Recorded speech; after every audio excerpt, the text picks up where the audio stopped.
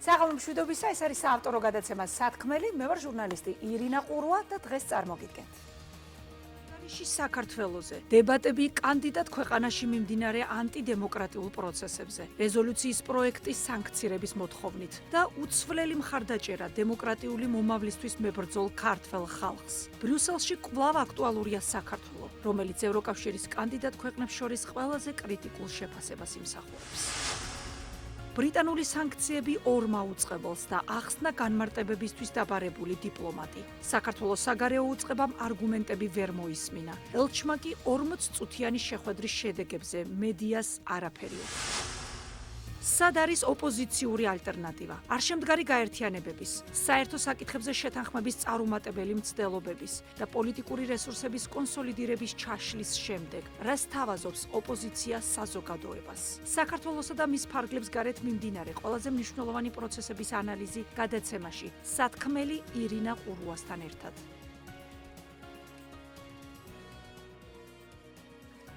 ქართული ტელევიზიების იმედისა და პოსტივის დასანქცირებას საქართველოს საგარეო საქმეთა მინისტრი საქართველოს საზოგადოებაზე თავდასხმა დაფასებს და ამბობს. ამას ვერ გავიზიარებთ, ასევე ვერ გავიზიარებთ მოსაზრებას, რომ ამ გადაწყვეტილებას რაიმე წვლილი შეაქვს რუსეთის დასუსტებაში.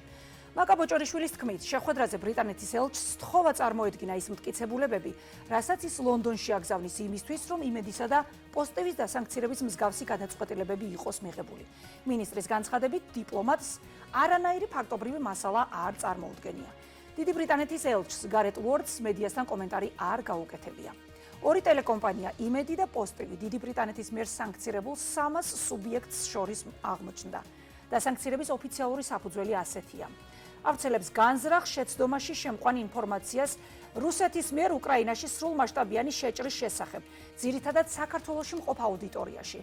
ინფორმაციას, რაც მხარს უჭერს ან ხელს უწყობს პოლიტიკას, ან ქმედებას, რომელიც ახდენს უკრაინის დესტაბილიზაციას, ან ძირს უთხრის, ან საფრთხეს უქმნის უკრაინის ტერიტორიულ მთლიანობას, სუვერენიტეტს, ან დამოუკიდებლობას. როგორც უკვე გითხარით, ხელისუფლებაში ბრიტანეთის ეს გადაწყვეტილება თავისუფალ მედიაზე და საქართველოს საზოგადოებაზე თავდასხმად შეაფასეს. დღეს უკრაინისა და საქართველოს პარლამენტების თავმჯდომარეებს შორის დაძაბული პოლემიკაა განხილვის ერთ-ერთი თემა. რუსლან სტეფანჩუკი შალვა პაპუაშვილის განცხადებას გამოეხმაურა, სადაც მან ვოლოდიმირ ზელენსკის უმადური უწოდა. სტეფანჩუკი ხაზს უსვამს უკრაინელი ხალხის მადლიერებას ქართველი ხალხისადმი. ქართველ კოლეგას კი ეუბნება, რომ გაეროს რეზოლუციის მხარდაჭერა, რომელიც უკრაინის ტერიტორიულ მთლიანობას ეხება, ნამდვილად არ არის ქველმოქმედება ან გმირობა. ეს ელემენტარული წესიერების მინიმალური დონეა 2026 წელს. შალვა პაპუაშვილის პასუხმა არ დააყოვნა. მისი ძირითადი სათქმელი რუსლან სტეფანჩუკისადმი ასეთი იყო. უკრაინის ხელისუფლებას ყოველ ჯერზე რომ აეწონა საკუთარი სიტყვები და ქმედებები ქართველი ხალხის მიმართ, არც ჩემი შეფასება და არც თქვენი პასუხი საჭირო არ იქნებოდა. მან უკრაინელ კოლეგას ის შემთხვევები შეახსენა, როდესაც უკრაინამ არ აწონა მისი შეფასებით, როგორც საქართველოს მხარდაჭერა, ასევე საქართველოსადმი უკრაინის არამეგობრული ქმედებები. ევროპარლამენტში კი საქართველოზე იმსჯელეს. საგარეო ურთიერთობათა კომიტეტში წარდგენილი ანგარიში საქართველოს შესახებ მხარს უჭერს ქართული ოცნების ხელმძღვანელობისა და ძირითადი თანამდებობის პირების წინააღმდეგ ევროკავშირისა და წევრი სახელმწიფოების მიზანმიმართულ სანქციებს. მიესალმება ეუთოს მოსკოვის მექანიზმის გააქტიურებას, რათა შეაფასოს საქართველოს დემოკრატიული ვალდებულებების შესრულება და ხაზს უსვამს ევროკავშირის მიერ ქართული დიპლომატიური და ოფიციალური პასპორტების მფლობელებისთვის უვიზო მიმოსვლის შეჩერებას. პროექტის მიხედვით, წინა ანგარიშის შემდეგ საქართველოში დემოკრატიული უკუსვლა კიდევ უფრო გაძლიერდა. უკუსვლა შეინიშნება 9 პრიორიტეტის განხორციელებაში. მართველი პარტია ქართული ოცნება აგრძელებს თავის ორკესტრირებულ და სისტემატურ კამპანიას ევროკავშირის, მისი თანამდებობის პირების და დიპლომატების წინააღმდეგ, მანიპულაციური ნარატივების, დეზინფორმაციისა და შეთქმულების თეორიის გამოყენებით. ანგარიშის პროექტში ასევე წერია: პოლიტიკური ოპონენტები დააპატიმრეს, ან მუქარისა და ფიზიკური თავდასხმის წინაშე დგანან. საქართველოს სამოქალაქო საზოგადოებისა და დამოუკიდებელი მედიის საქმიანობა იხშობა სულ უფრო რეპრესიული კანონმდებლობით. განსაკუთრებით გრანტების შესახებ კანონში შეტანილი უახლესი ცვლილებებით, რომლებიც კრიმინალიზაციას უწევს უცხოური დაფინანსების მიღებას მთავრობის წინასწარი თანხმობის გარეშე. საქართველოს შესახებ ანგარიშში ხაზგასმულია, რომ ასობით სამოქალაქო საზოგადოების აქტივისტი გახდა ფიზიკური ძალადობის და დაშინების მსხვერპლი, ხოლო 10-ობით დააკავეს და დააპატიმრეს პოლიტიკური ნიშნით. საქართველოსთან დაკავშირებული ანგარიშის პროექტი, რომელიც თავის მხრივ ევროკომისიის 2025 წლის ანგარიშს ეყრდნობა, ევროპარლამენტის საგარეო ურთიერთობათა კომიტეტის სხდომაზე გუშინ განიხილეს. მასში ცვლილებები 18 მარტამდეა შესაძლებელი, პლენარულ სხდომაზე კენჭისყრა კი ივნისშია დაგეგმილი. არა ნაკლებ მძიმე იყო სპიკერთა შეფასებები და სიტყვები. როდესაც დემოკრატიული უკუსვლის განმარტებას ვეძებთ, ლექსიკონი აღარ გვჭირდება. უბრალოდ თბილისში უნდა ჩავიდეთ, განაცხადა ევროპარლამენტარმა ტობიას კრემერმა. მან ხაზგასმით თქვა, საქართველოს ადგილი ევროპაშია, მაგრამ ქართული ოცნების არა. დანიელი ევროპარლამენტარის ვილი სონდეილის თქმით, ქართული ოცნების მმართველობის პირობებში შეუძლებელი იქნება ევროკავშირში საქართველოს გაწევრიანება, როდესაც ქართული ოცნება პირით რუსეთისკენ არის მიტრიალებული, მაგრამ ეს არ არის ქართველი ხალხის არჩევანი. როგორც ევროპის საგარეო ქმედებათა სამსახურის წარმომადგენელმა ემერიკ დიუპონმა განაცხადა, საქართველოს ხელისუფლების მიერ გადადგმული ნაბიჯები არ შეესაბამება კანდიდატი ქვეყნის მიმართ ევროკავშირის მოლოდინებს. აუცილებლად გადასადგმელ ნაბიჯებს შორის დაასახელა ჟურნალისტებისა და აქტივისტების გათავისუფლება, რეპრესიული კანონმდებლობის გაუქმება და რეფორმების გატარება. ასევე მოითხოვა, დაუყოვნებლივ შეწყდეს ევროკავშირისა და მისი ელჩების წინააღმდეგ აგრესიული რიტორიკა. ქართული ოცნების კრიტიკოსებს ევროპარლამენტში ოპონენტიც ჰყავდათ. ეს იყო პოლონელი გჟეგორ ბრაუნი. ევროპარლამენტარმა განაცხადა, თქვენ ამბობთ, რომ ეს დემოკრატიული უკუსვაა, მაგრამ შესაძლოა ეს უბრალოდ სუვერენიტეტისა და დამოუკიდებლობის აღდგენა. შესაძლოა უფრო და უფრო მეტი ადამიანი უბრუნდება საღაზრს. ისინი უყურებენ, ისინი უსმენენ, ისინი ხვდებიან, რამდენად ცუდია ევროკავშირის პროექტი. ისინი ხედავენ ენერგიაზე ფასების მატებას, ომის მხარდაჭერას და ისინი უბრალოდ ირჩევენ მშვიდობას და სუვერენიტეტს, განაცხადა ბრაუნმა. ევროპარლამენტის საგარეო ურთიერთობათა კომიტეტში ასევე წარდგენილია რეზოლუციის პროექტი, რომელშიც ევროპარლამენტი ხაზს უსვამს ბიძინა ივანიშვილისა და ქართული ოცნების ხელისუფლების სხვა ლიდერების და მნიშვნელოვანი ფიგურების სანქცირების აუცილებლობას. ტექსტის მიხედვით ევროპარლამენტი გამოხატავს სრულ სოლიდარობას ქართველი ხალხის მიმართ, რომელიც აგრძელებს ბრძოლას ევროპული და დემოკრატიული საქართველოსთვის, დემოკრატიული უკუსვლის, მზარდი რეპრესიების, დაუნდობელი მტრული რიტორიკის, დეზინფორმაციის და მუქარების პირობებში. როგორია პასუხი ქართული ოცნებისგან? ევროპარლამენტს კვლავ საქართველოსადმი უსამართლო დამოკიდებულებასა და მტრულ რიტორიკაში ადანაშაულებენ. შეგვიძლია უფრო დეტალურად მოვისმინოთ ეს კომენტარები. რასა იუკნევიჩენეს რაც შეეხება, რა თქმა უნდა, აქ ობიექტურობაზე საუბარი სრულიად უადგილოა, ჩვენ ვიცით, ვინც არის რასა იუკნევიჩენე, რა სტანდარტები აქვს მას, შესაბამისად აბსოლუტურად უინტერესოა ის დოკუმენტი, რომელიც მან უნდა გამოვაყენოს. არის მარტივი კოორდინაცია ევროპულ ბიუროკრატიაში, რომლის მიზანია რაღაცნაირად დააზიანონ ჩვენი ეროვნული ინტერესები, თუმცა ხედავთ, რომ ამას პრინციპულად ვერ ახერხებენ. მთავარი პრობლემა ის არის, დღეს ევროპარლამენტში საქართველოს საკითხებს კურირებს ადამიანი, რომელიც ფაშისტური განცხადებები აქვს საქართველოს დაკავშირებით, ფაშიზმ გამარჯვების 80 წლის თავზე ხედავთ ადამიანს ევროპარლამენტში, რომელიც საქართველოსთან დაკავშირებით აკეთებს ფაშისტურ განცხადებებს. ამიტომ ითქვა კიდევაც რა დაემართება ამ რეზოლუციებს. არანაირი ფასი რა თქმა უნდა ჩვენთვის არ აქვს. ფაშისტური განცხადებების მქონე ადამიანების ფურცლები დაიხევა და გადაეკრა მაგალითად. საკითხები, რომლებიც შესავალში მიმოვიხილეთ, დღეს ჩვენი განხილვის თემაა. ჩვენი სტუმრები არიან მიხეილ სარჯველაძე, პოლიტოლოგი, ვაჟა ბერიძე, ანალიტიკოსი და დავით ზურაბიშვილი, პოლიტოლოგი, ანალიტიკოსი. ჩვენ შეგვიძლია უკვე პირდაპირ ეთერში შემოვყვანოთ ბატონ მიხეილ სარჯველაძე. ბატონ მიხეილ, საღამო მშვიდობისა, მადლობას გიხდით, რომ მონაწილეობთ ჩვენს გადაცემაში. მოგესალმებით. ბატონო მიხეილ, თავდაპირველად მინდა გკითხოთ ბრიტანეთის სანქციებზე ქართული ტელეკომპანიების მიმართ. ეს არის დღეს საქართველოში განხილვის თემა. საქართველოს საგარეო მინისტრი თვლის, რომ ეს რაც მოხდა საქართველოს საზოგადოებაზე თავდასხმაა. ასევე გვესმის ჩვენ კომენტარები იმის შესახებ, რომ ეს არის ბრიტანეთის მხრიდან საქართველოს შიდა საქმეებში ჩარევა. თქვენ როგორ აფასებთ მომხდარს? მე ვფიქრობ, რომ თუ ქართული ოცნება იქნებოდა რეალურად ეროვნული ხელისუფალი, მაშინ ის მადლობას უნდა ეუბნებოდეს დიდ ბრიტანეთს, რომ მან დაასაქცია ის კომპანიები და ის ტელევიზიები, რომლებიც პირდაპირ განან რუსეთის სამსახურში და არიან რუსეთის სამსახურში და ემსახურებიან ერთ მიზანს, რომ მაქსიმალურ დესტრუქციული პოლიტიკა აწარმოონ, დესტრუქციული საინფორმაციო პოლიტიკა აწარმოონ, გაავრცელონ დეზინფორმაცია და მათ შორის უკრაინასთან მიმართებაში არიან არასწორ მხარეს, ანუ მხარს უჭერენ რეალურად დიქტატორულ მმართველობას, ავტოკრატიას, რომელიც ებრძვის თავისუფალ სახელმწიფოს უკრაინის სახით, თუმცა ეს ხდება საქართველოს ტერიტორიაზე.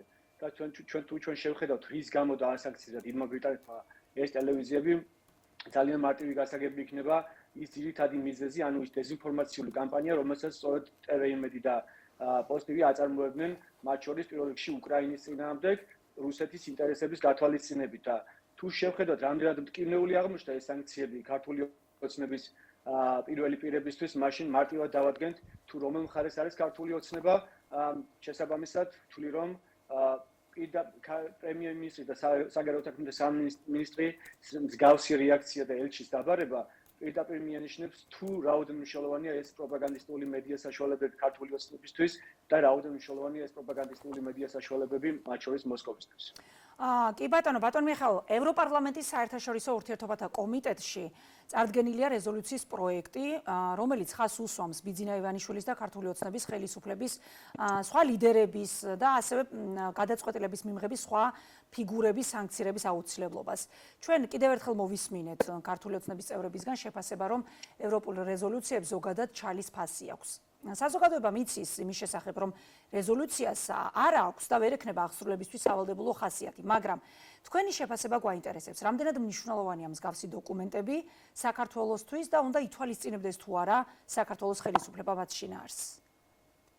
რა თქმა უნდა, ქართული ოცნების პირდაპირ მიზანია, რომ მსგავსი რეზოლუციები წარმოაჩინონ როგორც ჩალის ფასი მქონე დოკუმენტები, თუმცა რეალურად ჩვენ ვიცით, რომ აღნიშნულ რეზოლუციებს ითვალისწინებენ ევროკავშირის წევრი სახელმწიფოები, პარლამენტები, მთავრობები და თუ თქვათ ევროკავშირი ვერ ახერხებს ამ ეტაპზე ქართული ოცნებისთვის და მათ შორის ბიძინა ივანიშვილის სანქციების დაწესებას, ეს უკვე ყოველთვის ცხადია, რომ არის რა თქმა უნდა უნგრეთის დამსახურება ბჭყალებში, რა თქმა უნდა, რადგან უნგრეთი ხელს უშლის და მათ შორის სლოვაკეთი საქართველოს ქართული ოცნების პირველი პირებისთვის სანქციების დაწესებას.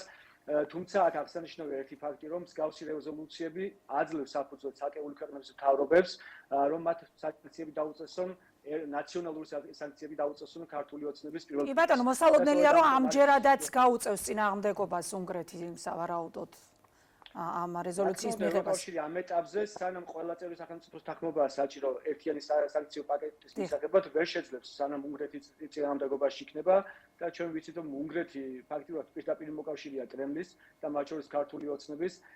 შესაბამისად, აუცილებელია, რომ ქვეყნებმა ევროკავშირის წევრმა სახელმწიფოებმა ნაციონალურ დონეზე დაუწესონ სანქციები პოლიტიკოსები იქნებიან ეს თუ პროპაგანდისტები ქართული ოცნების და კრემლის და ამიტომ მსგავსი რეზოლუციები ძალიან მნიშვნელოვანია და ამ რეზოლუციაში პირდაპირ არის აღწერილი ის პრობლემები, რომლებიც საქართველოს გააჩნია და რომლებიც სწორედ ქართული ოცნების დამსახურებაა და პირველ რიგში რაც უნდა აღვნიშნოთ, რომ საფრთხე ექმნება ქართველი ხალხისთვის ძალიან მნიშვნელოვან სიკეთეს, ეს არის უვიზო მიმოსვლა და თუ ევროკავშირმა ჯერჯერობით არ შეაჩერა უვიზო მიმოსვლა საქართველოს მოქალაქეებისთვის, ეს არის სწორედ იმ ხალხის დამსახურება, ვინც ევროკავშირში გაწევრიანებას უჭერს მხარს, ვინც ქუჩაში დგას და აპროტესტებს ქართული ოცნების ავტოკრატიულ პოლიტიკას. თუმცა რა თქმა უნდა, ეს საფრთხე არსებობს და ეს არის პირდაპირ ქართული ოცნების პასუხისმგებლობა. კი ბატონო, და ამ კონტექსტს გავაგრძელებ, ევროპარლამენტი საქართველოს ხელისუფლებასთან ურთიერთობას შეუძლებლად თვლის ამ ეტაპზე, ვიდრე არ მოხდება და ახლა ციტატას წავიკითხავ, რაც ამ პროექტში ეწერა, ვიდრე არ მოხდება მათი ამჟამინდელი რეპრესიული კურსის, აკრძალვების და ევროკავშირის წინააღმდეგ აგრესიული დეზინფორმაციის მკაფიო ცვლილება. მსგავსი შინაარსის განცხადებები ზოგადად პირველი არ არის, ხშირად მოგვისმენია, ჩვენ რეკომენდაციები მიუღია არაერთხელ ხელისუფლებას, თუმცა რასაც ვისმენთ, ეს არის კონტრშეტევითი პასუხები. ამიტომ საინტერესოა თქვენ როგორ აფასებთ ქართული ოცნების პოლიტიკურ კურსს დღეს, აი ანტიდემოკრატიული, აი ეს ტერმინი, არის ეს შეფასება რელევანტური?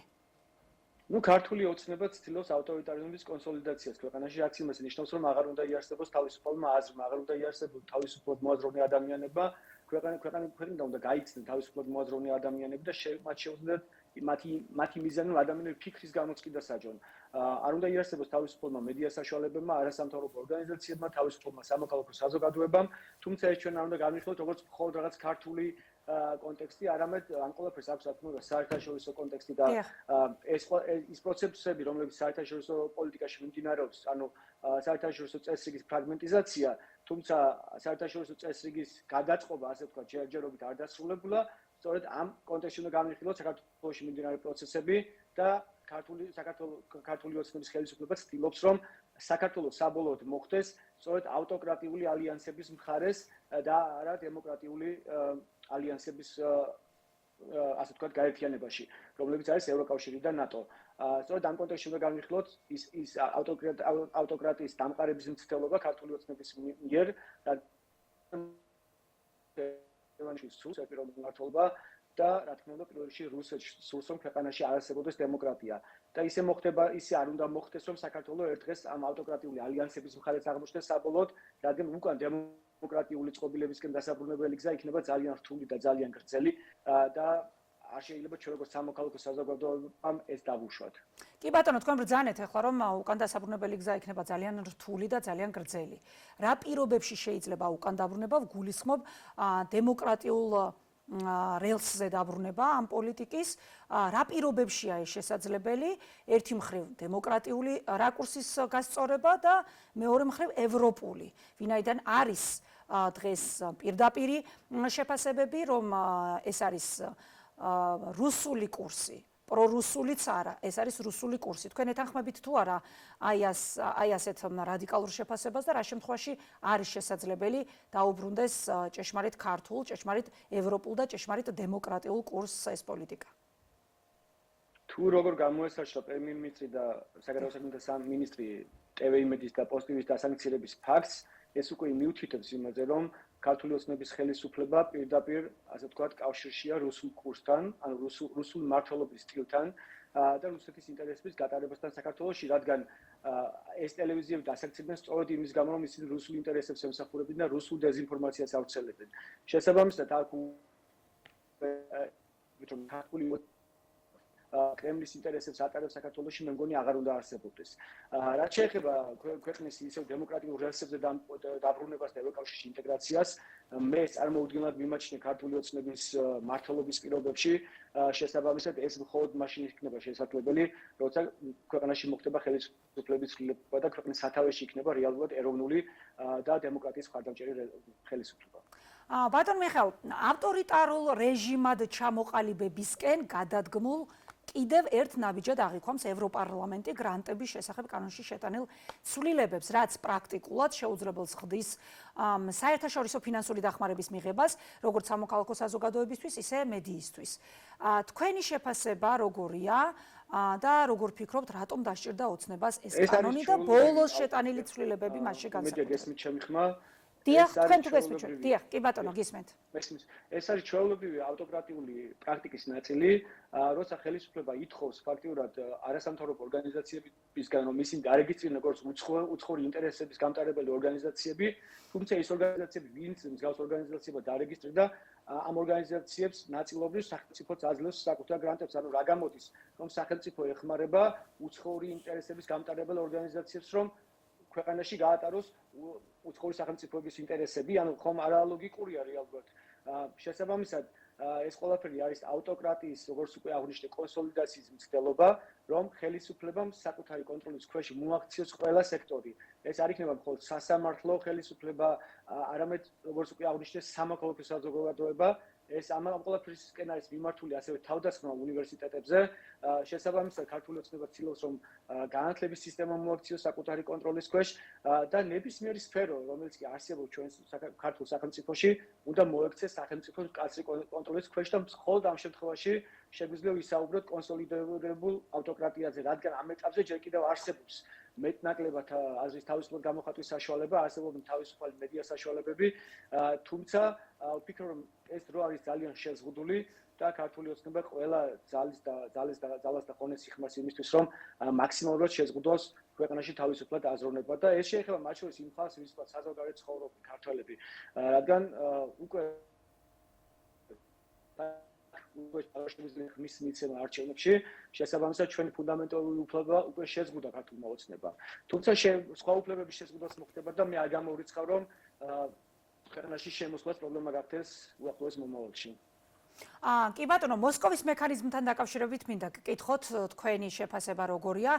ევროპარლამენტი მიესალმება EUTOS მიერ ამ მექანიზმის ამოქმედებას 24 წევრი ქვეყნის მოთხოვნის საფუძველზე და ხელისუფლებას მოუწოდებს, ოფიციალურ თბილისს მოუწოდებს სრულად ითანამშრომლოს ექსპერტების მისიასთან.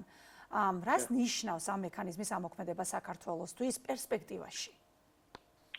მე ვთვლი, რომ ზოგადად ქართული ოცნების მხრიდან ჩვენ არ უნდა გქონდეს მოდელი, რომ ქართული ოცნება ვინმესთან ითანამშრომლებს შესაბამისად ვერ ხედავ ამ კუთხით განვითარების პერსპექტივას, რადგან ქართულ ოცნებას აქვს როგორც აღნიშნე ერთი მიზანი ქვეყანაში დაამყაროს ავტოკრატია და ის არ დაეთანხმება და არ შევა ასე ვთქვათ ინტერაქციაში ნებისმიერ სხვა ჯგუფთან, რომელიც დაემუქრება ასე ვთქვათ მის ძალაუფლებას ქვეყანაში.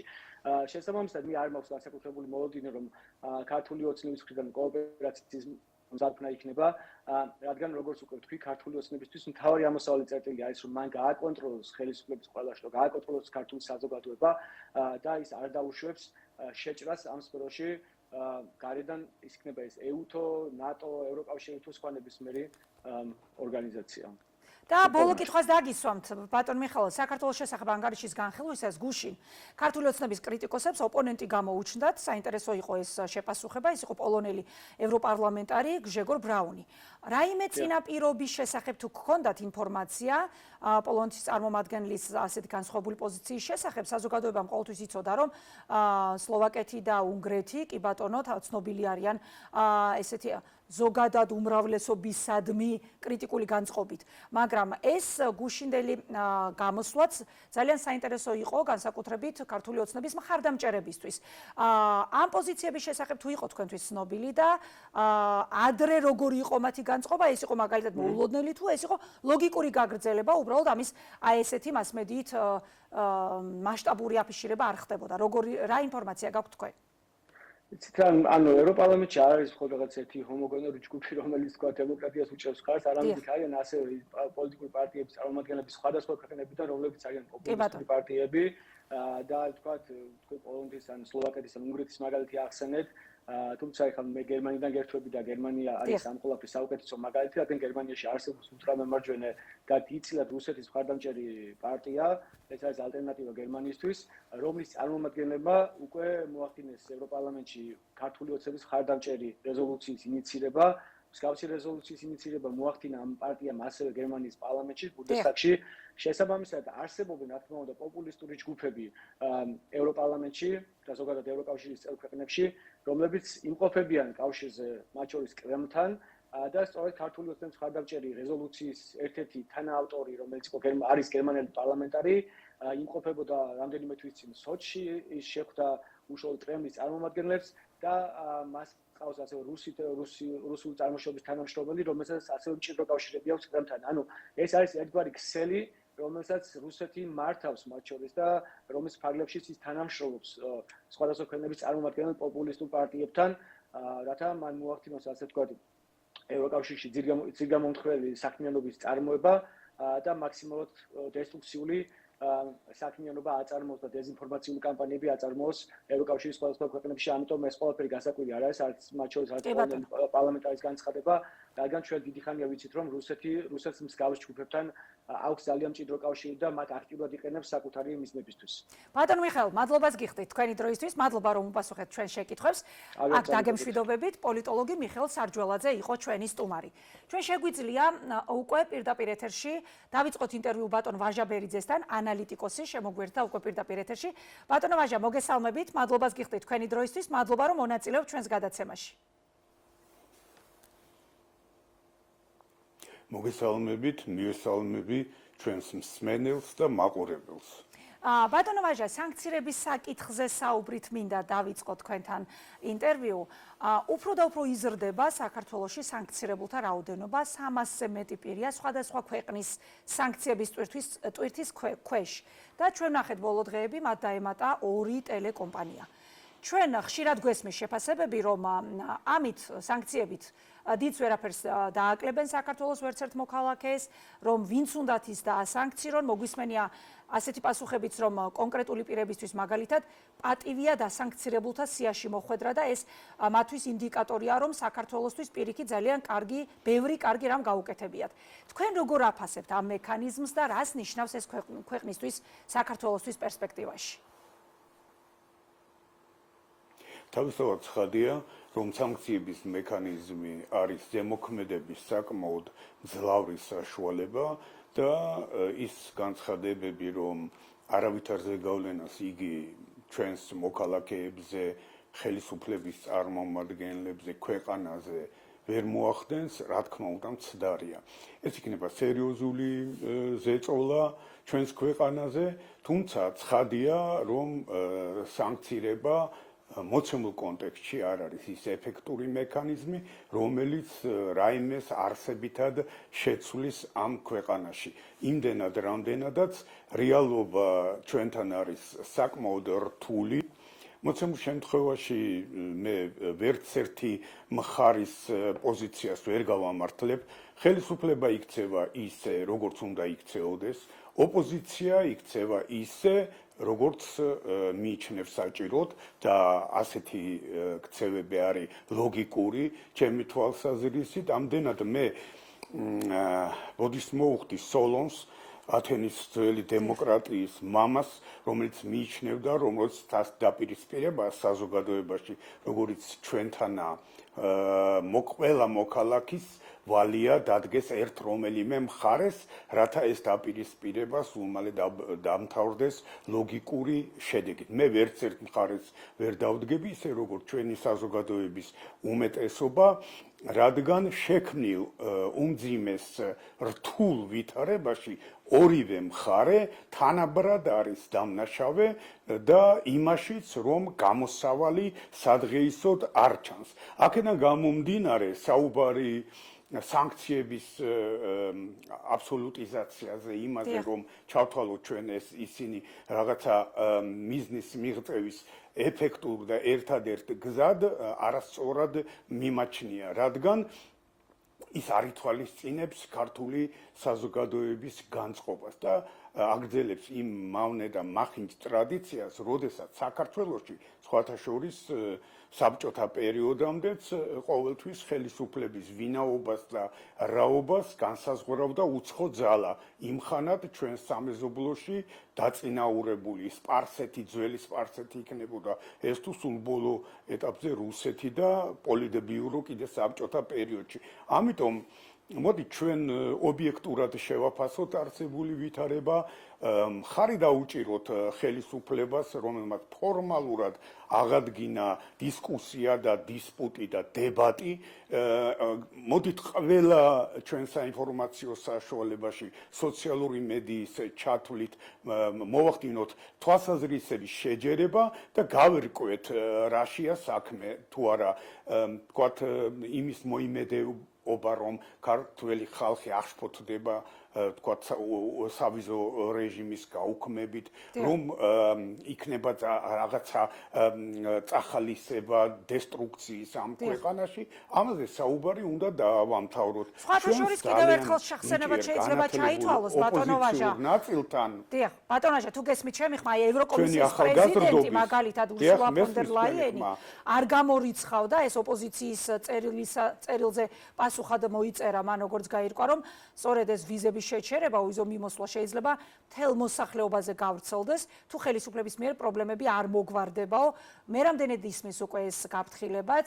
თქვენ ახლა ბრძანებდით, რომ თუნდაც სანქცირების რეალობის დადგომაში ორივე მხარე დამნაშავეა, როგორც ხელისუფლება, ასევე ოპოზიცია. მე მინდა კითხოთ ამ მიმართულებით, თუ დარჩა რაიმე რესურსი არსებობს თუ არა დამზღვევი მექანიზმი იმისა, რომ ეს უვიზო მიმოსვლის პერსპექტივა არ დაეხშოს, არ შეუჩერდეს ესე განზოგადებულად მთელს მოსახლეობას. რა თქმა უნდა, ეს არის სერიოზული საკითხი, იმიტომ რომ საქართველოს უამრავი მოქალაქე სარგებლობდა და სარგებლობს უვიზო მიმოსვლის სიკეთით ევროპასთან და ეს იქნება ძალიან სერიოზული დარტყმა ქვეყანაზე. აქ მე არ გამოვყოფ არც ხელისუფლებას, არც ოპოზიციას. აქედან გამომდინარე, ის ძალები, რომლებიც იმედით უყურებენ ამ მომავალ გადაწყვეტილებას, მე მიმაჩნია, რომ უნდა დაფიქრდნენ, რამდენად ხელსაყრელი იქნება ეს თუნდაც მათთვის, რადგან აღმოჩნდა, რომ მათ რესურსი ქვეყნის შიგნით არ აქვთ, რევოლუციური სცენარი, რომელიც პარლამენტის არჩევნების შემდეგ განხორციელებას, რომელსაც შეუდგა ოპოზიცია, დამარცხდა, ესეც ცხადია და ცალსახაა და ჩვენ და ეს ოპოზიცია, რომელმაც დღევანდელი ხელისუფლება უნდა შეცვალოს, როგორც ის თავად ამას აპირებს, უნდა იყოს, თქვათ, ევროკავშირის მისი ლიდერების იმედზე, რომ ისინი იმდენად მძიმე მდგომარეობაში ჩააყენებენ ქვეყანას, რომ ეს ქვეყნის მოსახლეობა, მოქალაქეები აღშფოთდებიან და დაამხობენ დღევანდელ ხელისუფლებას. ასეთი მიდგომა არაპატრიოტულია და იმ უამრავი შეცდომის შედეგია, რომელიც ამ ხელისუფლებამ დაუშვა, როდესაც იგნორირება გაუკეთა საზოგადოებას და უამრავ ადამიანს, რომლებიც ოპოზიციურად იყო განწყობილი, კრიტიკულად იყო განწყობილი და რაც მთავარია, იმ 9 წლიანი მმართველობის მემკვიდრეებს, რომლებიც ხელისუფლებაში მოსასვლელად ემზადებიან და რომელთა დამსახურება არის დემოკრატიული უკუსვლა, რასაც ხაზს უსვამს დღევანდელი ევროკავშირის ლიდერი პერსონები ურსულა ფონ დერ ლაიენის მეთაურობით. აქედან გამომდინარე, ეს დემოკრატიული უკუსვლა თუ არის, რაც ჩვენ გვაქვს და ეს ნამდვილად ასეა, ეს დემოკრატიული უკუსვლა, ის რაც ხდება ავტორიტარული ტენდენციების ცალსახად გაძლიერება, მაგრამ ამის საპირწონე, თქვათ, ის 9 წლიანი ყბადაღებული 9 წლიანი მმართველობა თუ დემოკრატიის წინსვლა იყო და ეს უარყოფითია, მაშინ ჩვენ საერთოდ მივდივართ ძალიან ცუდი მიმართულებით, შეიძლება ითქვას, რომ მივდივართ არსაით და ეს არის ძალიან სამწუხარო და დასანანი. იმიტომ რომ მე ვერ ვხედავ ამ ქვეყანაში ვერც ხელისუფლების პრაგმატიზმს და პოლიტიკურ ალღოს და მომავალზე გათვლილ პერსპექტიულ პოლიტიკურ კურსს და ვერც ოპოზიციას, რომელსაც შეუძლია არსებული ვითარება დაამთავროს. ეს ძალიან სავალალო და სამწუხარო ფაქტია. კი ბატონო, ძირითადი პრობლემა, ბატონო ვაჟა, რასაც ევროპელი პარლამენტარები, პოლიტიკოსები, ქართული ოცნების ხელისუფლებისადმი გამოთქვამენ და ხაზს უსვამენ, ეს არის დემოკრატიული უკუსვლა, მაგალითად გამოხატვის თავისუფლების გაუარესება, პოლიტიკური საქმიანობის შეზღუდვა და ასე შემდეგ. რაში ეთანხმებით და რაში არა ევროპელ პოლიტიკოსებს? მაგალითად, კანონმდებლობის დემოკრატიულ ჩარჩოებში დაბრუნების მოწოდებასთან დაკავშირებით, ხელისუფლებას აქვს მკაფიო პოზიცია, რომ ეს კანონმდებლობა შეცვალეს ქართველი ხალხის ინტერესების გათვალისწინებით და ინტერესებს მოარგეს. ამიტომ კრიტიკა და შეფასებები იმასთან დაკავშირებით, რომ ეს ბოლოდროინდელი ცვლილებები განსაკუთრებით კანონმდებლობაში არის დემოკრატიის წინააღმდეგ მიმართული. აი ამის შეფასება მინდა გთხოვოთ. ამის შეფასება მე უკვე გავაკეთე წინა პასუხში, როდესაც თქვი, რომ ქვეყანაში ძლიერდება ავტორიტარული ტენდენციები, თუმცა მიუხედავად ამისა, უნდა აღინიშნოს, რომ ეს არ არის რაღაც ცალსახა მოცემულობა, რომელიც უნდა შეიცვალოს ხელისუფლების შესვლასთან ერთად.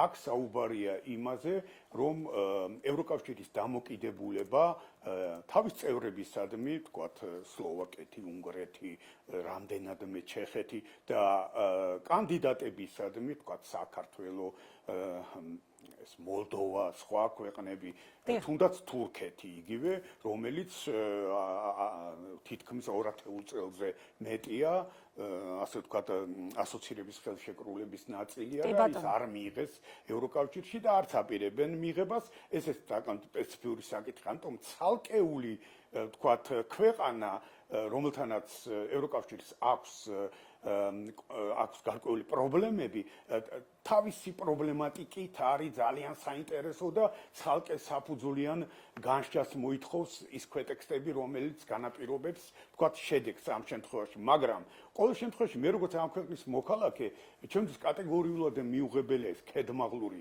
დამოკიდებულება, რომელსაც ევრობიუროკრატია ეპყრობა ჩვენს ქვეყანას. ჩემთვის მიუღებელია ყველაფერი ის შეცდომები, დაუშვებელი ავტორიტარიზმის წახალისება ამ ქვეყანაში, რაც თითქოს და გვეგონა რომ დაძლეულია და ასე შემდეგ, მაგრამ მე ვერც იმ ქედმაღლურ დამოკიდებულებას მივესალმები და შევეგუები, სხვათა შორის რის გამოც თავის დროზე მოხდა ბრექსიტი, დიდი ბრიტანეთი გავიდა ევროკავშირიდან და ეს არ იყო გამოწვეული იმით, რომ ევროკავშირში ისეთი სასიამოვნო სიტუაცია იყო, რომ ამ დიდმა ქვეყანამ, რომლის ინტერესების როგორც თავად მიიჩნევდნენ ბრიტანელები, შეილახა თქვათ გამოკითხვის გზით რეფერენდუმის მეშვეობით ასოდათ გავიდნენ ევროკავშირიდან და გააგრძელეს ცხოვრება. ამიტომ ევროკავშირის ლიდერები არ უნდა იყვნენ ზედმეტად დარწმუნებული თავიანთ თავში, უნდა უსმენდნენ ყველას, იმიტომ რომ საქართველოშიც, აზერბაიჯანშიც, სომხეთშიც, რომელსაც სხვათა შორის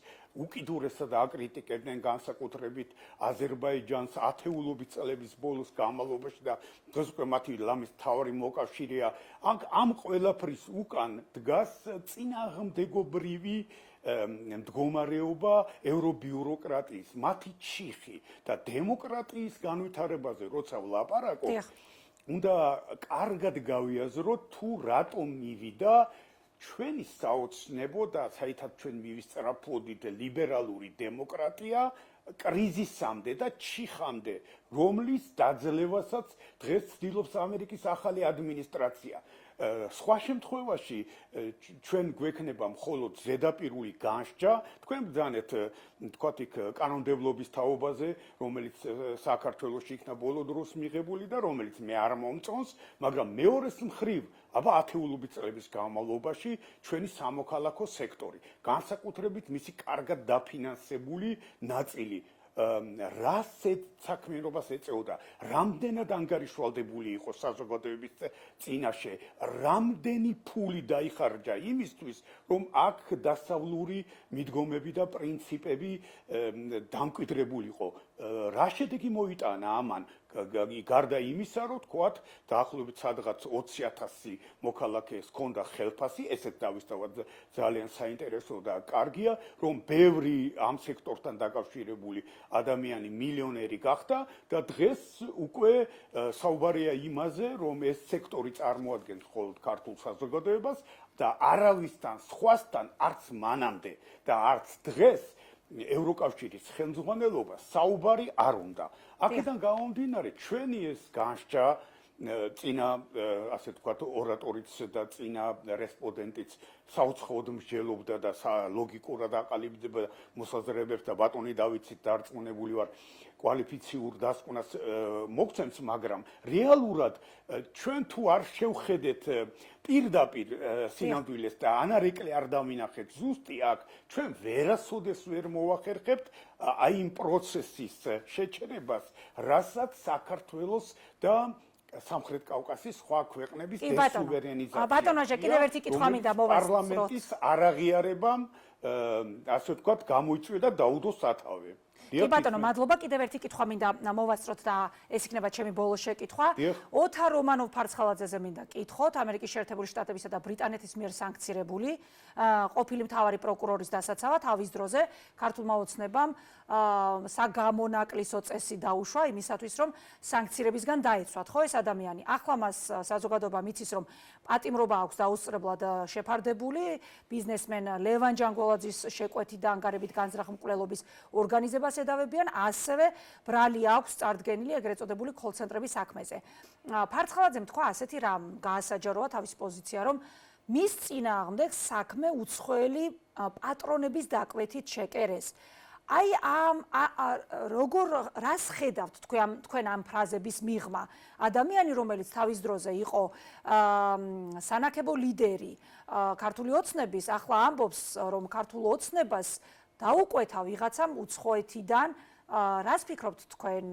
რაშია ჭეშმარიტება და რატომ ხდება ისე, რომ ქართული ოცნების ერთდროს საყრდენი ფიგურები შემდეგ არა მხოლოდ ქართული ოცნების ინტერესების იგნორირებაში, არამედ საქართველოს ინტერესების გაყიდვაში არიან მხილებული? იცით რა ვიტყოდი, რომ არ მიმაჩნია ბატონი ფარცხალაძე რომანოვი იმდენად მნიშვნელოვან ფიგურად, რომ დასავლეთში გავლენიანმა პირებმა, ლიდერებმა, თქვათ, იქ ვისაც უპყრია ხელს ძალაუფლება, სპეციალური რაღაც მოთხოვნით მიმართონ საქართველოს ხელისუფლებას. არა, ბატონო ვაჟა, აქ ხაზგასმული იყო ის, რომ მაგალითად რუსეთის ინტერესების გამტარებელი იყო და თვითონაც გამოდის ეგიდით, რომ მას უნდა იყოს ლიდერი რაღაცა რუსეთ-საქართველოს ურთიერთობების დალაგების და ევროპიდან მას პირდაპირ დასდეს ბრალი, რომ ის სხვა ქვეყნის ინტერესებს თუ ვინმე ატარებდა და სხვა ქვეყნის ინტერესებს ემსახურებოდა საქართველოში. ეს იყო ეს ფარცხალაძე რომანოვი, რომელიც ძალიან დიდ თანამდებობაზე იყო თავის დროს. თავისთავად ცხადია, რომ შეიძლება ბატონი ფარცხალაძე ატარებდა კიდეც გარკვეულ რუსულ ინტერესებს, რომლის თაობაზე საზოგადოება ინფორმირებული არ არის და პირადად მეც არა ვარ ინფორმირებული. მეორეს მხრივ, აქ თქვენი ლექსიკა, თქვენი კომპეტენცია ჩემთვის არის, ასე ვთქვათ, სამაგალითო და სანიმუშო როგორც ჟურნალისტის, მე თქვენ გისმენთ ხშირად, მაგრამ აი ეს განცხადება, მისი ეს ნაწილი, რომ აი რუსული ინტერესების გატარება, რუსეთი ჩვენ აი ესეთი პრიმიტივიზმი პროცესების ანალიზის პერიოდში ძალიან მძიმე შედეგებამდე მიგვიყვანს. შეიძლება თუ კარგად ჩაუკვირდებით, შეიძლება წინა ხელისუფლების ზოგიერთი ლიდერი და გადადგმული ნაბიჯი უფრო პრორუსული იყოს, ვიდრე ნებისმიერი ოცნების ხელისუფლების, ასე ვთქვათ, პოლიტიკა და ცალკეული ნაბიჯები. ამიტომ ასე გავამარტივებთ, ვთქვათ და კარგი ცუდი, რუსული, ევროპული და იქ ამერიკულიც ახლა აღარ ეთანხმება ამას. დავაბნევთ საზოგადოებას, რადგან ისედაც ურთულეს ვითარებაში ვართ და გამოსავალი ყველამ ერთად უნდა მოვძებნოთ იმით, რომ თქვენს ტელევიზიაშიც, სხვა ოპოზიციურ ტელევიზიებშიც, სადაც განსხვავებული აზრი უკვე 5-7 წელი არის მის, დავიწყოთ დისკუსიები, დავიწყოთ ვითარების შეპირისპირება და მივიდეთ იმ პოზიციებამდე, რაც ამ ქვეყანას წაადგება. კი ბატონო, მადლობას გიხდით, განსხვავებული აზრების შეპირისპირება ყოველთვის საინტერესოა და აბსოლუტურად გეთანხმებით იმაში, რომ ამის დეფიციტი დღეს ქართულ მედიაში არის. მადლობა თქვენ, ჩვენ უსმენდით ანალიტიკოს, ბატონი ვაჟაბერიძე იყო ჩვენი სტუმარი. ჩვენი გადაცემის დასკვნით ბლოგში შემოგთავაზებთ ინტერვიუს ბატონ დავით ზურაბიშვილთან, პოლიტოლოგი, ანალიტიკოსი არის უკვე ჩვენი სტუმარი. ბატონ დავით, მოგესალმებით, საღამო მშვიდობისა, მადლობა რომ ჩვენთან ხართ. მოგესალმებით, მადლობა თქვენ. ბატონ დავით, თავდაპირველად მინდა კითხოთ აი საქართველოში ბრიტანეთის ელჩის დაბარებაზე საგარეო უწყებაში. როგორც საგარეო საქმეთა მინისტრმა თქვა, დღეს დიპლომატს არანაირი არგუმენტი არ ჰქონდა მედია საშუალებების სანქცირების საფუძველზეო. ზოგადად ურთიერთობის ამ ფორმას როგორ აფასებთ და მის სავარაუდო შედეგებს პერსპექტივაში როგორ ხედავთ, ჩვენ აქამდე ვხედავდით, როგორი დაძაბული ურთიერთობა იყო და გარკვეულწილად სამიზნე იყო გერმანელი დიპლომატი. ახლა ჩვენ ვხედავთ, რომ აი ამ სანქცირების შემდეგ უკვე ძალიან მწვავე და კრიტიკული დამოკიდებულება ყალიბდება ბრიტანეთის მიმართაც. ხო, ამაზე რა შეიძლება ითქვას? კარგი არაფერი არ ხდება, გულახდილად რო გითხრათ, იმ გაგებით, რომ საქართველოს ხელისუფლების ეს ანტიდასავლური პოლიტიკა რომელსაც ეხა გულახდილად გეტყვით, არ აქვს ანალოგია მსოფლიოში. აი, არ ვაჭარბებ აბსოლუტურად ასეთი აღვირახსნილი კამპანია საერთოდ ამერიკის, გერმანიის, ბრიტანეთის, საფრანგეთის, ევროკავშირის განსაკუთრებით წინააღმდეგ. აი, ასეთ რაღაცას რუსეთშიც კი ვერ შეხვდებით, რა ჩვენთან ხდება, იმიტომ რომ ყოველდღიური ნაკადი გვაქვს, აი, დაწყებული თანამდებობის პირების და არაერთისთან, ერთის კი არა, რამდენი დეპუტატების, რა ვიცი, უმაღლეს თანამდებობის პირების, პარლამენტის თავმჯდომარის, პრემიერ-მინისტრის, პლუს მისი პროპაგანდისტების, ეგრეთ წოდებული ექსპერტების, რომელიც ყავთ დაქირავებული, დამთავრებული Facebook-ში და სხვა სოციალურ ქსელებში განფენილი ამ ტროლების და ბოტების. ანუ მიდის, აი შეიძლება ითქვას, აბსოლუტურად აღვირახსნილი კამპანია და სადაც დასავლეთი, ზოგადად დასავლეთი ტრადიციულად როგორც აღიქმება ჩვენთან, ანუ ევროპა, ევროკავშირი, ის ღირებულებები და ის პოლიტიკური და საზოგადოებრივი მოწყობა, რაც იმ ქვეყნებში, აი ეს ყველაფერი გამოცხადებულია ჩვენი ქვეყნის მთავარ მტრად, რომელსაც უნდა ახლა თუ დაუჯერებთ აქ ხელისუფლების წარმომადგენლებს ჩვენი რაღაცა კინის წაშლა იმით რომ იმედი დასანქცირდა თურმე და რა ვიცი ხო დიდი ხანია ეს კამპანია მიმდინარეობს ხო ამ კამპანიის შეიძლება ითქვას ფლაგმანები არიან პოზიტივი და იმედი არ მარტო ამ კამპანიის ეს ორი ტელევიზია ასევე გამოირჩეოდა ანტიუკრაინული კამპანიით რომელიც ასევე ხელისუფლების პოლიტიკაა და ხელისუფლება რამდენიც არ უნდა თქვას რომ საერთაშორისო დონეზე თქვათი კაიროში ისინი ხმას აძლევენ უკრაინის სასარგებლოდ მე მართალი გითხრათ ეს უფრო მიგვირს იქ რატო აძლევენ ხმას უკრაინის სასარგებლოდ და იმიტომ კი არა რომ სწორი არ არის პირიქით სწორია და ასე უნდა მოიქცნენ მაგრამ გამომდინარე იმ შიდა პოლიტიკიდან რაც საქართველოს შიგნით ხდება როგორადაც უკრაინას უხატავენ ქართველ ხალხს აი საინფორმაციო საშუალებები იმის მიხედვით პრინციპში უკრაინა უნდა იყოს ტრად გამოცხადებული და არავითარ შემთხვევაში არ უნდა უჭერდნენ მას მხარს და რუსეთ უკრაინის ომში ღიად უნდა აფიქსირებდნენ ლამის რუსეთის მხარდაჭერას. აი ასეთ რეალობაშია და ბუნებრივიც არის ახლა ეს სანქციების მუქარა ადრეც იყო გაფრთხილება უბრალოდ იმდენად მუქარა არა ასეთი პოლიტიკის გამო მრავალჯერ მოუწოდეს ბატონ ივანიშვილსაც საქართველოს ბატონ პრემიერსაც ხუბახიძესაც რომ შეეცვალა ტერიტორიის ყველა დასავლური ასე ვთქვათ ოფიციალური წარმომადგენლობა ამას ხაზს უსვამს იმიტომ რომ ასეთი ენით ამას დიდი მნიშვნელობა აქვს არ გეგმ ვიღაცას დამწუნებული ვარ ხელისუფლებაში და შეიძლება ბიძინა ივანიშვილსაც ეს გონია საერთოდ მესამე ხარისხოვანი ამბავი მაგრამ საერთაშორისო დიპლომატიურ პოლიტიკურ ურთიერთობაში ენას აქვს დიდი მნიშვნელობა რა ენაზე ლაპარაკობ.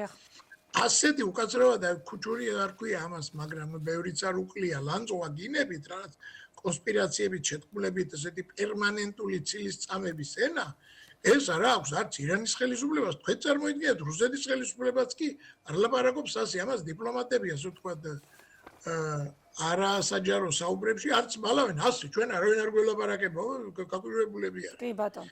ბუნებრივია ამის შემდეგ რომ წამოვიდა ერთ-ერთი სანქცია სწორედ ხელისუფლების სახელმწიფო პროპაგანდის ერთ-ერთ მთავარ ბურჯზე ეს არის ტელევიზიები, ტელემედია ახლა იმედი და პოზიტივი რომ დამოუკიდებელი მედია არ არის და სიტყვის თავისუფლებასთან მათ არანაირი კავშირი არ აქვს ხელისუფლება რომ სხვა იყოს და ისინი ამ პოზიციაზე იდგენ მაშინ კი ბატონო შეიძლება ჩავთვალოთ რომ ეგრე ფიქრობს ეს ხალხი და დღეს ეს არის აბსოლუტურად ხელისუფლების რუპორი და ეს თვითონ ხელისუფლების რეაქციაც ამას ადასტურებს ხო ეს რეაქცია არის მე ვიტყოდი არნახულად ისტერიული აი მე ასეთი არაფერი მახსოვს ახლა ბიძინა ივანიშვილი იყო დასანქცირებული ამერიკის შეერთებული შტატებიდან ამის მეათედი ამბავი არ აუტეხიათ მაშინ აი ახლა არის საოცარი ამბავი ატეხილი ну ჩემი აზრით ეს არის რისი მაუწყებელი ახლა ერთის ხრივ რომ თვითონ ბიძინა ივანიშვილი ითხოვს რომ რაც შეიძლება მკაცრად დავდგეთ და არ დაუთმოთ არაფერი თუმცა როგორ არ უნდა დაუთმო როცა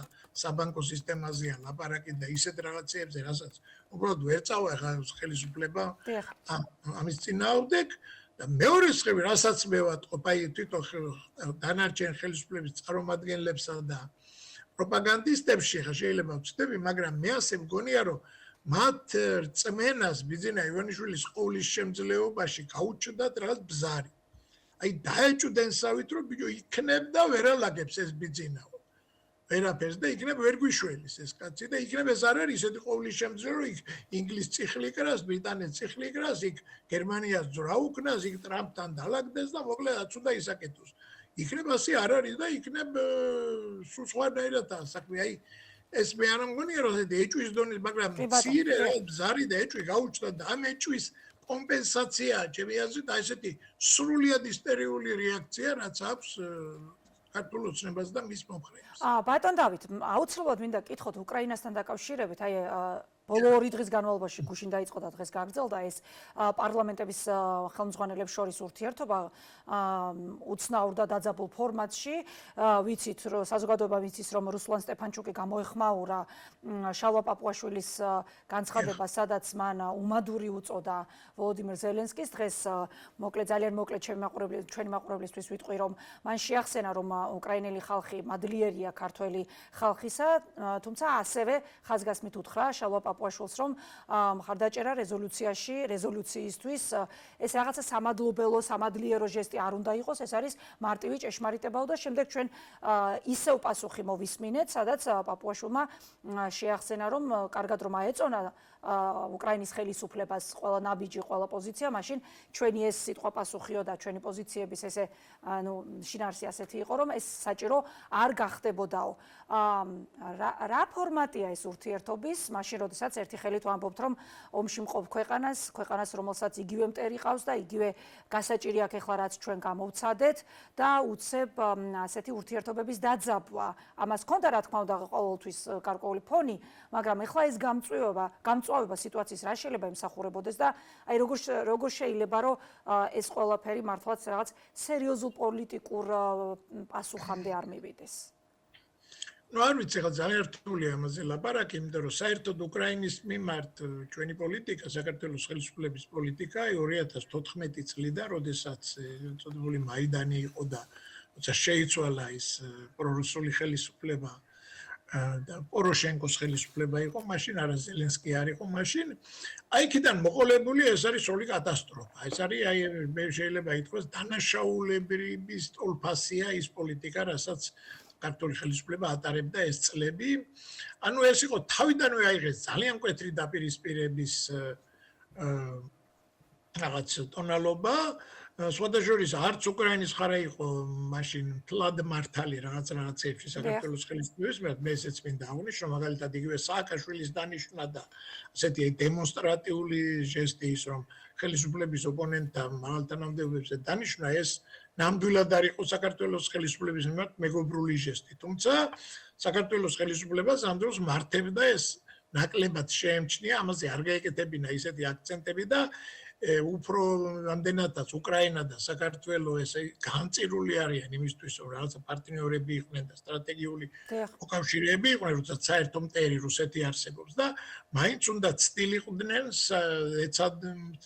რაღაც საერთო ენის გამონახვას და რაღაც შეხების წერტილებს და თუნდაც ის, რასაც ვთქვათ, ამ ხელისუფლებაზე ამბობდნენ, ის ეჭვები იგივე უკრაინელებისთვის გაეფანტა. ამის ნაცვლად წავიდნენ კონფრონტაციაზე, რაც ჩემი აზრით იყო ნუ აი დანაშაულებრივი ქმედება. ამის ერთადერთი გამონაკლისი იყო ძალიან მცირე ხნით გახარიას პრემიერობის დროს, როდესაც მას ცადა მაინც ეს დარეგულირება, შედარებით მას მაგასაც ვიტყვი, რომ მეტი გაგება ჰქონდა სახელმწიფოებრიობის ვიდრე დანარჩენებს, ეხანდელ პრემიერს ეს მე მგონია რომ საერთოდ არ გააჩნია და როგორც აი იურისტი კლიენტს ისე უყურებს ბიზინა ივანიშვილს და კლიენტის ყველა მოთხოვნა რომ უნდა იურიდიულად გააფორმოს. ეს არის მისი პრემიერობა. ჯებიაზე. აი მაშინ იყო რაღაც ცდელობა, სხვადასხვა იმ ცდელობას მოყვა ის რომ მეგის კარდავა მაშინ ერთ-ერთი წინა ხელისუფლების ერთ-ერთი ესეთი ჩინოვნიკი მსხვილი და დაპატიმრეს და გადმოცეს საქართველოს, თუმცა გაღარიეს სასვლის შემდეგ ეს ისევ გაფუჭდა ძალიან და 2022 წლის მე როდესაც დაიწყო რუსეთის აგრესია უკრაინის წინააღმდეგ, ну, აქ უკვე საქართველოს ხელისუფლებამ ღიად დააფიქსირა პრაქტიკულად ანტიუკრაინული პოზიცია, როდესაც თავიდანვე ითქვა, რომ არავითარ შემთხვევაში, გარდა იმისა, რომ ისინი არ აპირებდნენ სანქციების შეერთებას, თუმცა ეს ცოტა ბრავირება უფრო იყო ვიდრე რეალობა, იმიტომ რომ მაინც მოუწიათ იმ სანქციების გათვალისწინება, მაგრამ ხაზგასმა იმისა, რომ აქ არ არის რუსეთი აგრესორი და რუსეთის ბრალი კი არ არის ეს კონფლიქტი, არამედ ზელენსკიმ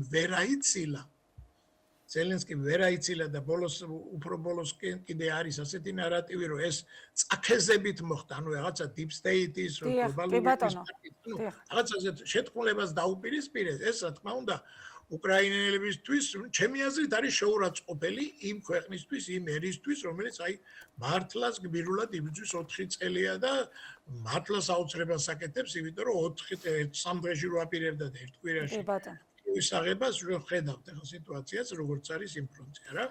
ხო და უნებრივია ხა უკრაინასთან ურთიერთობა არის ძალიან გაბუჭებული და არც ის მგონია რომ ამ ხელისუფლებას აქვს რაიმე რესურსი ამის შეცვლას. არ ჩანს ეს რესურსი, არის რაღაცა სრულიად რატომ ბატონ დავით ეს რითი აიხსნება? რას ელოდებიან აქ ჩვენ ხშირად გვისაუბრია ექსპერტებთან რომ მათი პოზიცია დამოკიდებულია ამ ომის მიმდინარეობაზე და ფაზებზე, ხო? და ჩემი აზრით, მესმის, შეკითხვა, ჩემი აზრით 2022 წელს ბიძინა ივანიშვილმა დაუშვა სერიოზული შეცდომა, მან ჩათვალა, რომ რუსეთი ძალიან მალე აიღებს უკრაინას და უკრაინა დამარცხდება. ამ ომში ეს მარტო ბიძინა ივანიშვილი ასე არ ფიქრობდა. ამერიკელია ის გაუტყუნა მართალია, იმიტომ რომ ასე რატო ფიქრობდაო, იმიტომ რომ ბევრი ფიქრობდა მაშინ მათ შორის იმ ქვეყნებში, რომლებიც დღეს უკრაინის გვერდზე ძალიან სერიოზულად დგანან. მაგრამ მან ძალიან იჩქარა, ასე თქვა, წინასწარ ის, რომ აი რაღაცნაირად რუსებისთვის ეთქვა, რომ მე თქვენთან ვარ. მე თქვენი მტერი არა ვარ, მე პრინციპში არ უჭერ მხარ და აი რეზოლუციაც კი მიიღეს, ეს არ მოვიწყდება, პარლამენტის რეზოლუცია მიიღეს ისე უკრაინის ომის თაობაზე, რომ სიტყვა რუსეთი საერთოდ არ იყო ნახსენები. ის საერთოდ. აი რა ხდებოდა, არ იცოდი რა ხდებოდა, რეალურად ვერ გაიგებდი რა მოხდა. ხო და აი ეს პრორუსული პოზიცია, პრორუსული ხაზი 2022 წლის მერე საქართველოს ხელისუფლების მხრიდან ძალიან გაძლიერდა. გაძლიერდა იმით, რომ აი სწორედ და უკრაინასთან მიმართებაშიც რა თქმა უნდა, მერე ეს არ გამართლდა, იყო რაღაცა მცდელობები, იყო ხმანები, მერე იქნა ასევე კიდევ წნარი იმედი ბიძინა ივანიშვილის კიდევ ერთი შეცდომა, რომ მან გადაწყვიტა, რომ მოვა ტრამპი ამერიკაში, არა, ამაში კი არ შეცდა რომ მოვა. მაგრამ შეცდა იმაში, რომ ტრამპი რომ მოვა, უკრაინას აიძულებს რუსეთის პირობების შესრულებას. მაგრამ ესეც არ გამოვიდა. ესეც ხო, დროში ვერ მოესწრო და რაღაც ამის პირის არ გამოვიდა, ეს არც გამოვა უკვე. ასევე ბიძინა ივანიშვილის შეცდა ევროპის პოზიციაში. მას ეგონა, რომ ევროპა იქნებოდა იმდენად იყო გაზზე და გაზით და ბუნებრივი არის დამოკიდებული რუსეთზე, რომ მას ეგონა, რომ რუსეთის წინააღმდეგ ევროპა ასე ვერაფერს ვერ გააწყობდა, მოკლედ და ვერ დაეხმარებოდა ქმედითად უკრაინას. ამაში ძალიან შეცდომა. მაგრამ ხედავთ, როგორ გაძლიერდა ევროპა უკრაინის დახმარების კონტექსტში. ბატონ დავით, აი თქვენ ტრამპი ახსენეთ და ამ კონტექსტში მინდა ერთი კითხვა დაგისვათ. ამერიკის შეერთებული შტატების წარმომადგენელთა პალატაში კანონპროექტია წარდგენილი, ეს ახალი ამბავია, რომელიც საქართველოში რუსეთის და ჩინეთის სადაზვერვო საქმიანობის შესახებ ანგარიშის მომზადებას ითვალისწინებს.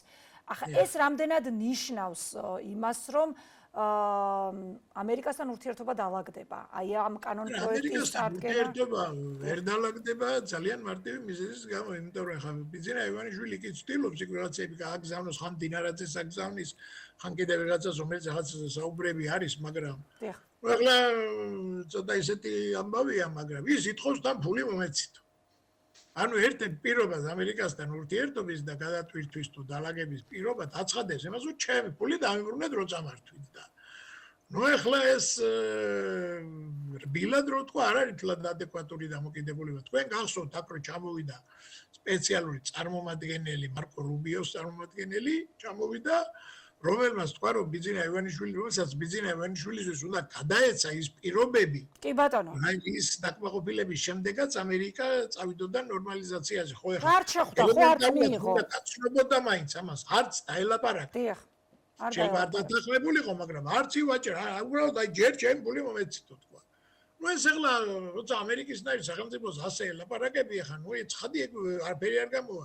და ბატონ დავით, ერთი კითხვა მინდა მოვასწრო აუცილებლად, აი ყულევის პორტი, ევროკავშირის სანქციების მე-20 პაკეტში ვიცით, რომ ეს პორტის დასანქცირებაზე ოფიციალური საკანონმდებლო წინადადება იყო შეტანილი, თუმცა უნგრეთის და სლოვაკეთის ვეტოს გამო ჩავარდა. მაგრამ რისკები იზრდება ხომ დასანქცირების? ყოველ შემთხვევაში არ არის მოხსნელი ეს რიგიდან. კი ბატონო, აი რას ნიშნავს ეს ქვეყნისთვის, თუ ეს რეალობა დადგება, უკვე პორტის სტრატეგიული ობიექტის დასანქცირება, ეს რა იქნება საქართველოსთვის, რა შედეგის მომტანი? საერთოდ ის პოლიტიკა, რასაც ბიძინა ივანიშვილი ატარებს და დასავლეთის მიმართ, ევროპის მიმართ განსაკუთრებით, ეს შეუძლებელია დასრულდეს ჩვენი ქვეყნისთვის კარგად. აქ არის სულ რამდენიმე ვარიანტი, ყველა ვარიანტი არის ცუდი.